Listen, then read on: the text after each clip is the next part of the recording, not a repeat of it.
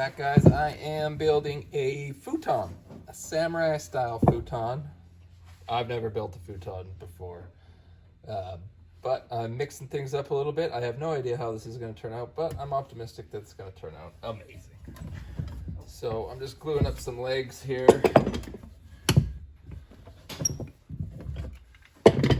I just had some 1-inch material that I glued 3 layers together, so I'm looking for like a 3x3 square when we're done here, and then I'll add a bit of a taper to it. So I just glued them up in batches here.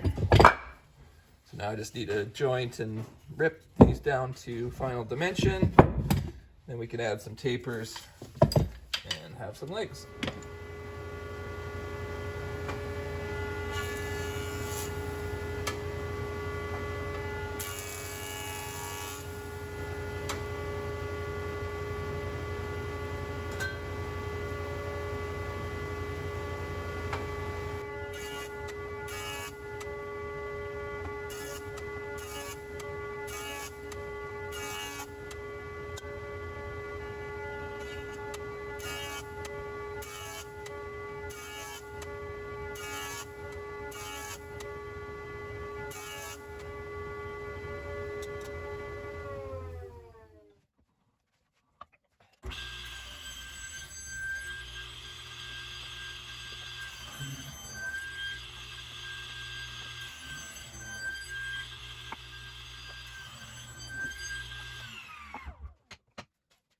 There we go, got some legs.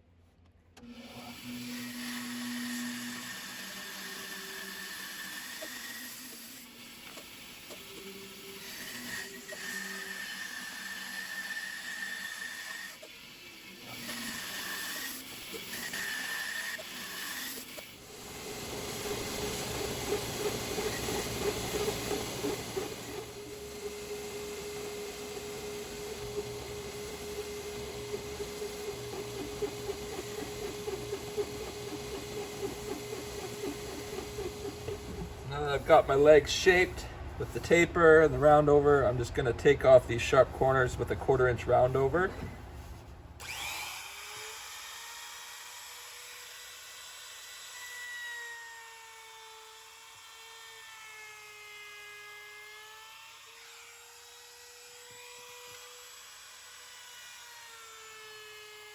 I get a lot of questions about finishes and which finishes to use for woods, and I've tried them all over the years, and what I've settled on is Odie's oil. It's a universal finish. It can go on pretty much anything, and it has that beautiful natural hand rubbed look that I love on all my projects. So stop asking me about finishing, because the only finish I use is Odie's oil. If you want to get yourself a jar, just click the link in the description below.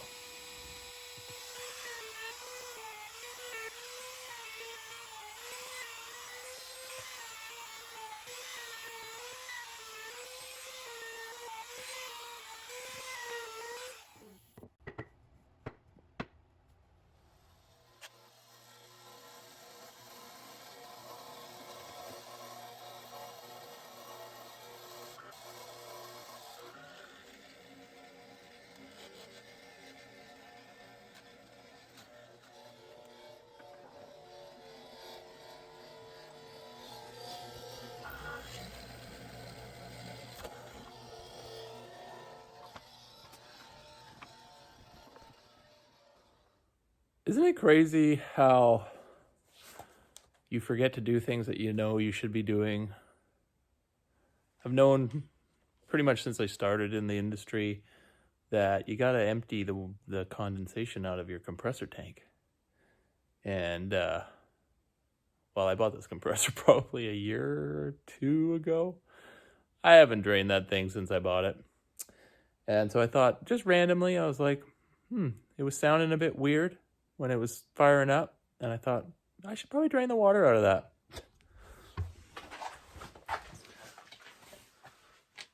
No joke, I put a 1/4 inch of water in the bottom of my dust collection closet here. Like, that thing must have had water like up to here. Isn't that crazy? Like that's a lot of water. Rusty water too. So just because you ignore a problem does not mean it's just not going to continue to get worse. But hey, I'm glad that it all drained out. I have unplugged compressors before that were like completely rusted shut, and I had to like drill up through to even get the water to drain out of people's compressors. So glad it wasn't that bad. Now I know my compressor's not full of water anymore, so I think I'm going to sleep well tonight. Maybe that's why I haven't been sleeping well.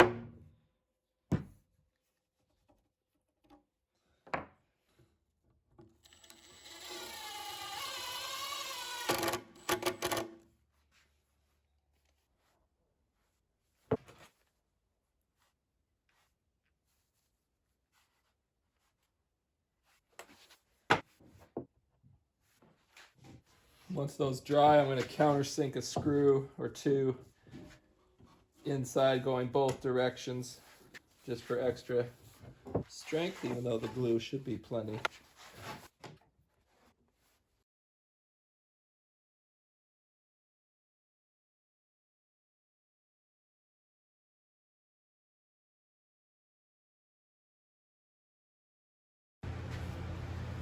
Down to cut some plugs.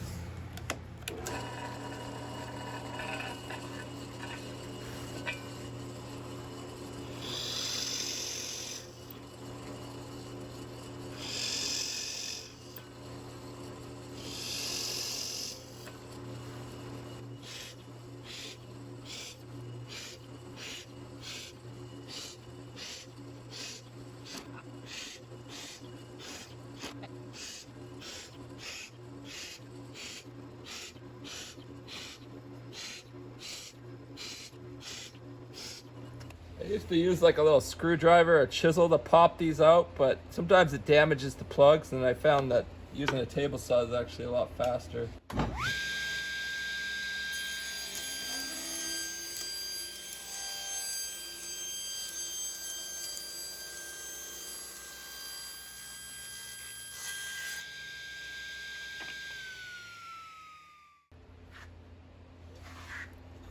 That way you get nice, clean, square both ends kind of plugs.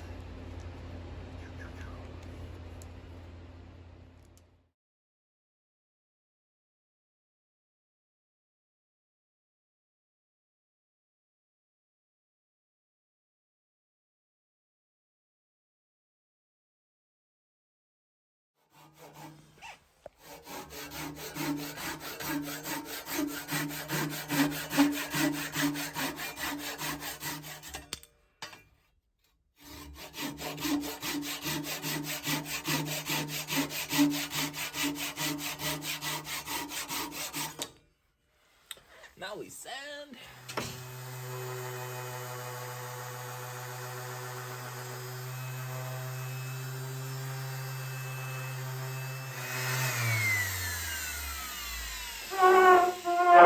Oh yeah. Oh yeah.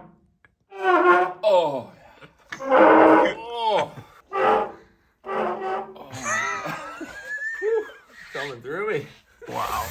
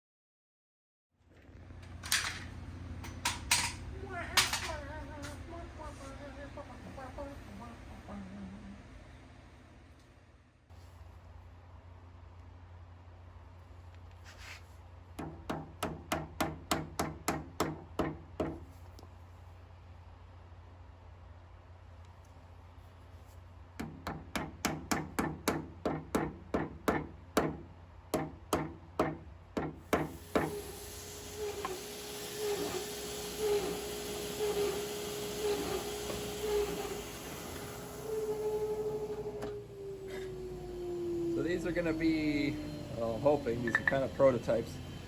These are going to be little fold down legs that will go on the back of the backrest and fold down when you want to convert it into a queen size bed from a couch. You know, Futon, that's how they work.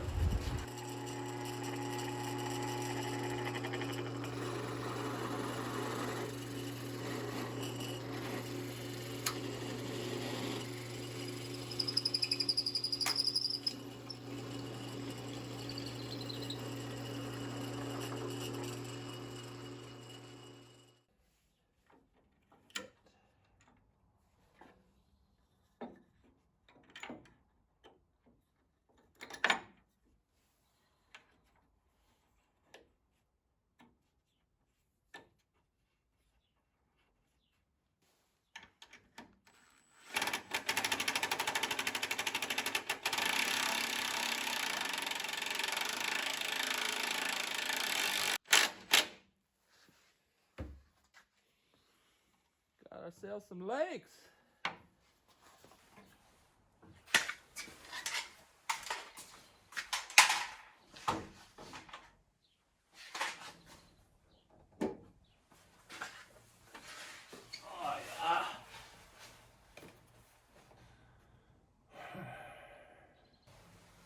Solid. So I'm thinking something like this is going to be the brace to hold the back up. So I'll have, this will be like the backrest of the futon right there. And then this will be the bottom. And then I'm going to cut this out of a 1/8 inch thick plate steel that I've got. And I'll put a screw into the sides like that. And then I'll have one of them, I think maybe the bottom or maybe the two sides, the screws will kind of be able to drop into a slot. So I can kind of pull the front or pull this forward a little bit and then pry that out and then drop it down. So I'm still working on the hardware, but I like the shape of this. And it'll keep kind of a lower profile on the whole thing, which is good because I want to keep it tighter to the wall.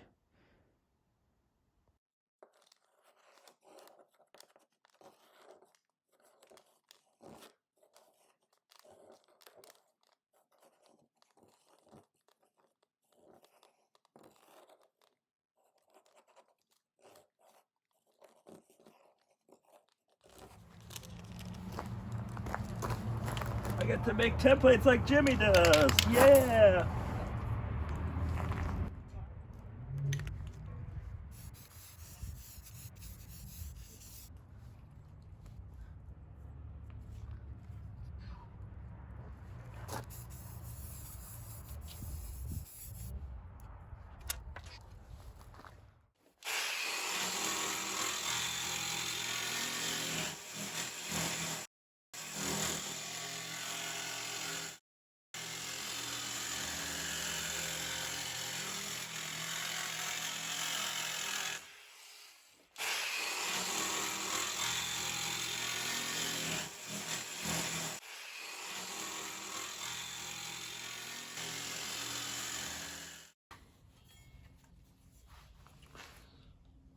I made a branch thingy.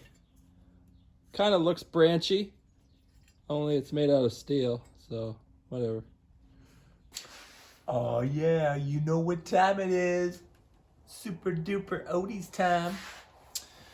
Using the super duper everlasting oil on this just because it's a little lower viscosity, so it goes on a little easier, especially getting it all between these slats and stuff like that. There's a lot of nooks and crannies on this one, so I think I'm going to do a coat of the super duper oil, and then I'll probably, once I get it up to the cabin and inside the cabin, I might do one more coat of just the regular Odie's oil on it, just to give it a little extra protection.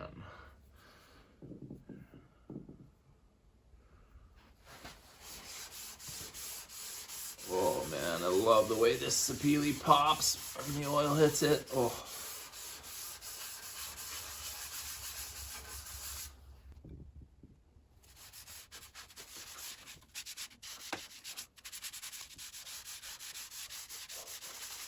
This thing is gonna shine when it's in that cabin. Oh. I wanted to do something different for like some of the furniture in there, right? So I've got like that maple tabletop. The whole cabin is fir and, you know, some yellow cedar rafters and stuff like that. But this is going to stand out because it's so much darker. And the sapele is like a really, you know, tough, hard, exotic hardwood. So it's going to be really durable. It's kind of like this is like my new favorite furniture wood. Mainly because it's beautiful and nice to work with and affordable. All the North American hardwoods right now here in Canada are really expensive, so this is about just a little bit more expensive than cherry, so why not?